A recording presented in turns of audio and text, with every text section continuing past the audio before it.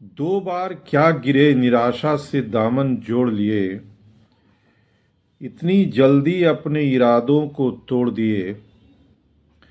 कामयाबी इम्तहान लेती है और आपने इम्तहान देना ही छोड़ दिए।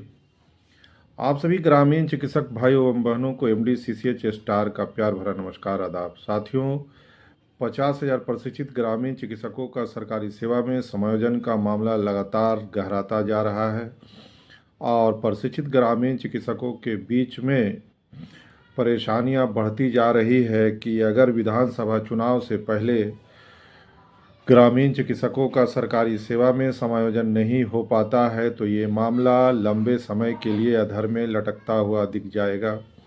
इन्हीं सब बातों को ध्यान में रखकर सभी ग्रामीण चिकित्सक जो प्रशिक्षित हुए हैं लगातार इस पर चिंतन मनन कर रहे हैं और इसके लिए कुछ संघ के अध्यक्ष महोदय अपने क्षेत्र में मीटिंग लगाकर भी इस पर ज़ोरों शोर से चर्चाएं जारी रखे हुए हैं कि आखिर कैसे प्रशिक्षित ग्रामीण चिकित्सकों का सरकारी सेवा में समायोजन के लिए सरकार नोटिफिकेशन जारी करे ताकि हम लोगों का जो 10 साल से मामला अधर में लटका है उस पर पूर्ण विराम लग सके।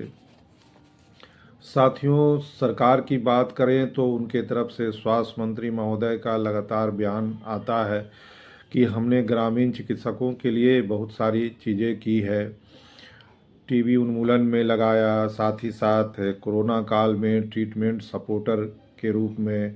तो हम जब भी ज़रूरत पड़ती है सरकार को, सरकार ग्रामीण चिकित्सकों से सहयोग लेती है और एक समय ऐसा भी आएगा जब सभी ग्रामीण चिकित्सक जो प्रशिक्षित हुए हैं उनको सरकारी सेवा से भी जोड़ा जाएगा। साथ ही साथ बिहार सरकार के प्रधान महोदय का कहना है कि जनता जनार्दन है। आज तक जो भी वादा करता हूँ उसे पूरा करता हूँ। मेरे पास बिहार और बिहारियों की सेवा के अलावा कोई काम नहीं है। हमें अपने सेवा करने का मौका दिए हैं, इसे हर पल याद रखता हूँ। ऐसा उन्होंने जन संवाद की छठी यात्रा की घड़ी में इस्लामपुर विधानसभा में कही थी। साथ ही साथ जो ग्रामीण चिकित्सकों के लिए संघ हैं, संघ तो बहुत है लेकिन उसमें से 3-4 संघ हैं जो इस पर लगातार चर्चाएं जारी रखते हैं और उनमें से एक संघ का उस वक्त कहना था कि मैंने ग्रामीण चिकित्सकों के लिए स्वास्थ्य मित्र का पद सृजन करवाया। वहीं दूसरी तरफ इसी संघ से ये सुनने को मिला कि सरकार के पास से पैसा नहीं है, बहाली अभी वर्तमान में कैसे होगी। अगर 50,000 प्रशिक्षित ग्रामीण चिकित्सकों को सरकारी सेवा में समायोजन कर दिया जाए, अगर 10 ही हज़ार वेतन मान दिया जाए तो इस तरह से सरकार पर 50 करोड़ का भार आ सकता है, जो सरकार के लिए अभी वर्तमान में संभव नहीं है। दूसरा संघ का कहना है कि मैंने आप लोगों के लिए सचिवालय में राज रजिस्टर खोलने का कार्य प्रारंभ कर चुका हूँ उस पर और संघ वाले जो ये बात सुनते हैं वो भड़क जाते हैं कि कहाँ खुला है राज रजिस्टर, ये बताने का कोशिश करें। बहुत सारे प्रश्न सामने निकल कर आते हैं।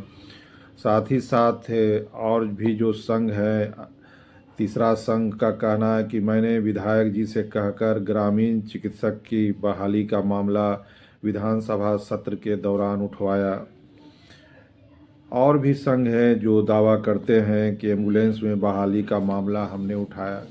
तो लगातार दावा और दलील तो हमेशा संघ हो या कमेटी हो या बिहार सरकार के स्वास्थ्य मंत्री महोदय जो भी वर्तमान में रहे हों, दावा और दलील तो पेश होते ही आ रहा है। लेकिन अभी तक जो ग्रामीण चिकित्सक बंधु का जो एक सूत्रीय मांग है, 50,000 प्रशिक्षित ग्रामीण चिकित्सकों का मानदेय के साथ सरकारी सेवा में समायोजन, उसके लिए अभी तक कोई आधिकारिक पुष्टि सामने निकल कर नहीं आई है।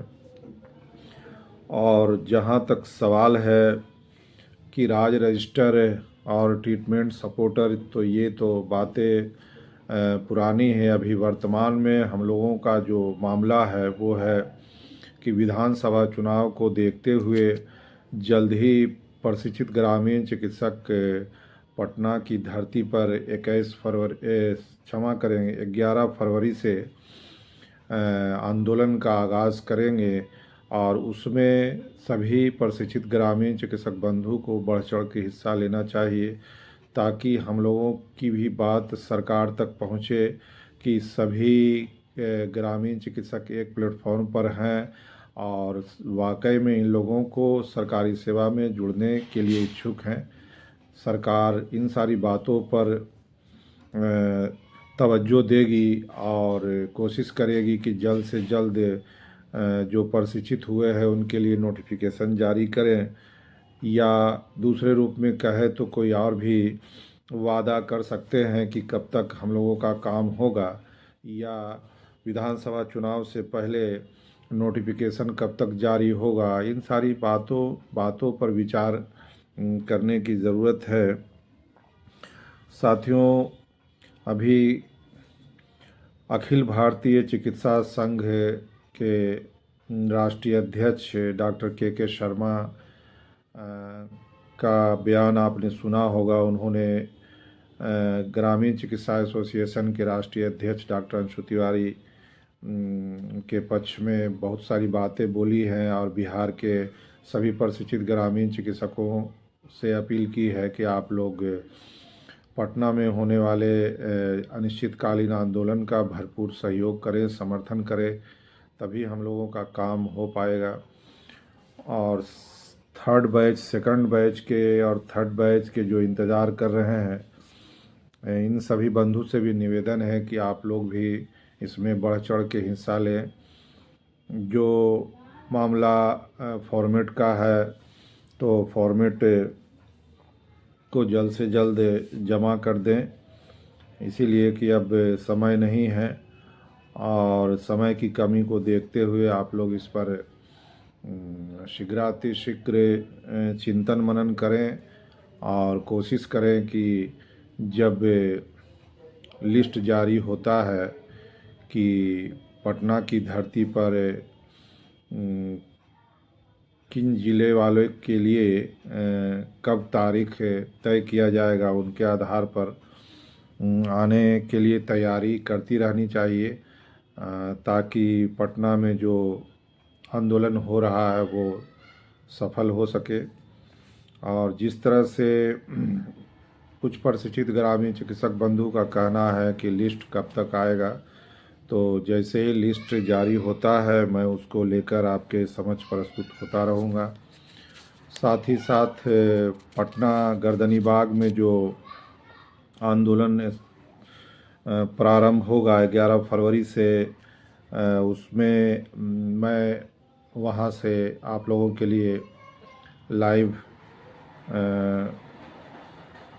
जाऊंगा और आप लोगों के वहाँ के स्थिति के बारे में टाइम टू टाइम बताता रहूँगा। इसीलिए जो बंधु नए हैं वो चैनल को सब्सक्राइब करें, बेल आइकन को दबाएं ताकि आगे का नोटिफिकेशन आपको मिलता रहे।